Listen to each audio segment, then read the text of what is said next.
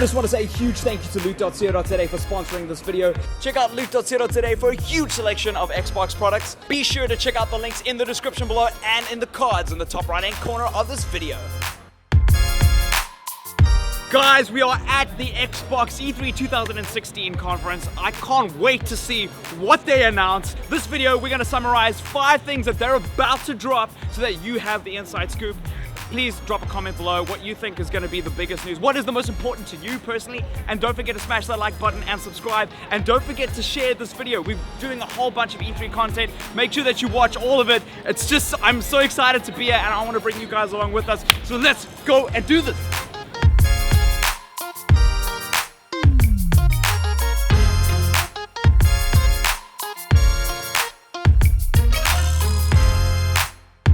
That was madness. We've just finished the Xbox conference at E3 2016. They went all out. They blasted the show with like games from the get-go. Actually, the beginning of the show was actually one of the biggest ways they could have even started it was announcing brand new consoles. But before I go into too much detail, this is 5 things that you need to know about the Xbox E3 press briefing. The first thing, as I mentioned, was brand new consoles. They dropped the Xbox One S. It is slimmer. They say it's 40% smaller than your current Xbox One, which is very exciting. But the big wham, especially for us South Africans, is that it's launching at $299. That means that hopefully we could probably get an Xbox One for the same price as an Xbox 360. Here's hoping. I'm crossing my fingers for that because that could be a huge game changer. The next console that they announced is Project Scorpio. This one's pretty hype because it is a more powerful console that had like some crazy specs on it, and also it's got a support for 4K. And all the games work from Xbox One all the way through to Project Scorpio, so that is absolutely huge. And also it supports Oculus, which means VR, baby, on your console. Number 2, Gears of War 4, right? Okay, they've announced it previously, but they showed a huge section of gameplay which looked insane. The graphics look crazy, the skyboxes look crazy. They just have these really interesting co-op moments where there's like this catapult firing just like an inflammable ball that you have to shoot or like your partner has to shoot, and it seems to really like hark back to the spirit of Gears of War and kind of the reasons that I want to play. And also they just dropped this out of nowhere. They didn't like explain it at all, but Horde Mode 3, like I mean Horde Mode 3.0, I mean they could have at least given us a little bit more of that. That's like the reason I love Gears so much. Number 3, Forza Horizon 3. Now, if you are a racing head and you like simulated races, you probably have played Forza. If you haven't played Forza Horizon, it's a great game. It's a lot more arcadey and it's a lot more fun in that perspective. Well, I mean, I prefer those kind of games. So I was really excited to see that they announced Forza Horizon 3. It looks a little bit more casual, a little bit more chilled out, and it's all set in Australia with these beautiful landscapes and beautiful scenery. I mean, and as South Africans, we can relate. I think we've got very similar scenery in our country. So to have this really open world, crazy driving experience that's not too serious but really tight gameplay, looks like it's going to be a lot of fun. Let me know in the comments if you agree with me. Which do you prefer? Do you prefer the hardcore Forza or Forza Horizon? I want to know.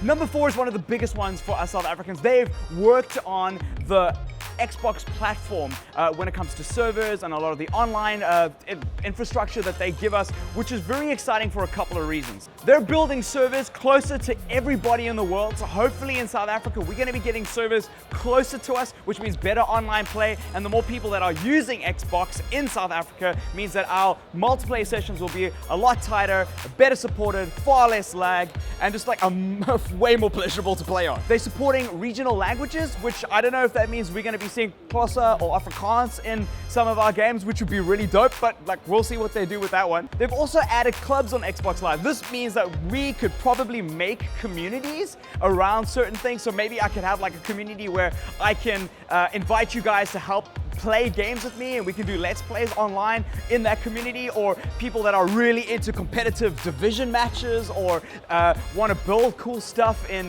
Minecraft, which I think is pretty cool. It's a cool way of doing, getting people in like-minded circles to play games on Xbox Live. You know, there's a lot of trolls online, there's a lot of people making a lot of noise, and this is a great way to filter it and kind of have the experience that you want to have with the people that you want to play with without having to like sift through your friends list. And for those of us who love playing competitive games, maybe some Call of Duty, maybe some FIFA, they're dropping something called Arenas. Now we can then, with Arenas, build our own tournaments and compete in other people's tournaments. I'm not actually sure if we can build our own tournaments just yet. I'm sure they will start including that kind of thing. But big publishers are going to be setting up tournaments that we could enter in and compete with, which makes like competitive multiplayer so much iller. I'm really excited to see what they do with this and what kind of tournaments that I can enter. See if I can kick your ass in some Call of Duty, because it's definitely not going to be FIFA.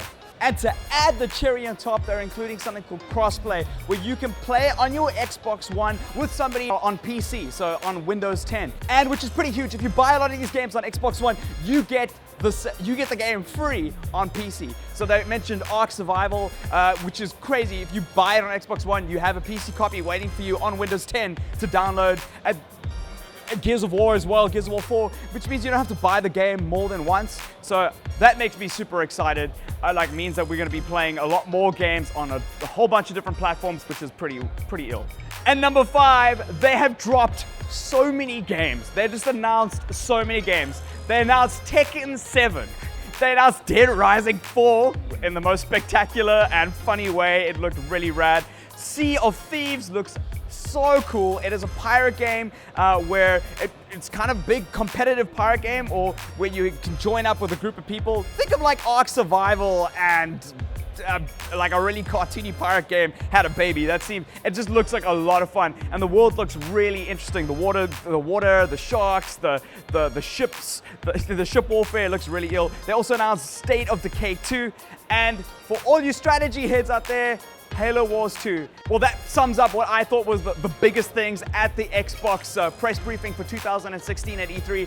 What were your favorite things that they announced? What are your favorite games that you want to see? Let me know in the comments below. Make sure that you check out the rest of our E3 videos. I'm going to include a link to the playlist in the cards in the top right-hand corner and in the description below. Guys, yeah, it's been so ill. I'm having so much fun. Make sure to like and share this video and subscribe for more of the E3 videos that we're going to be dropping over the course of the week. I love your faces. High five a stranger. Adios.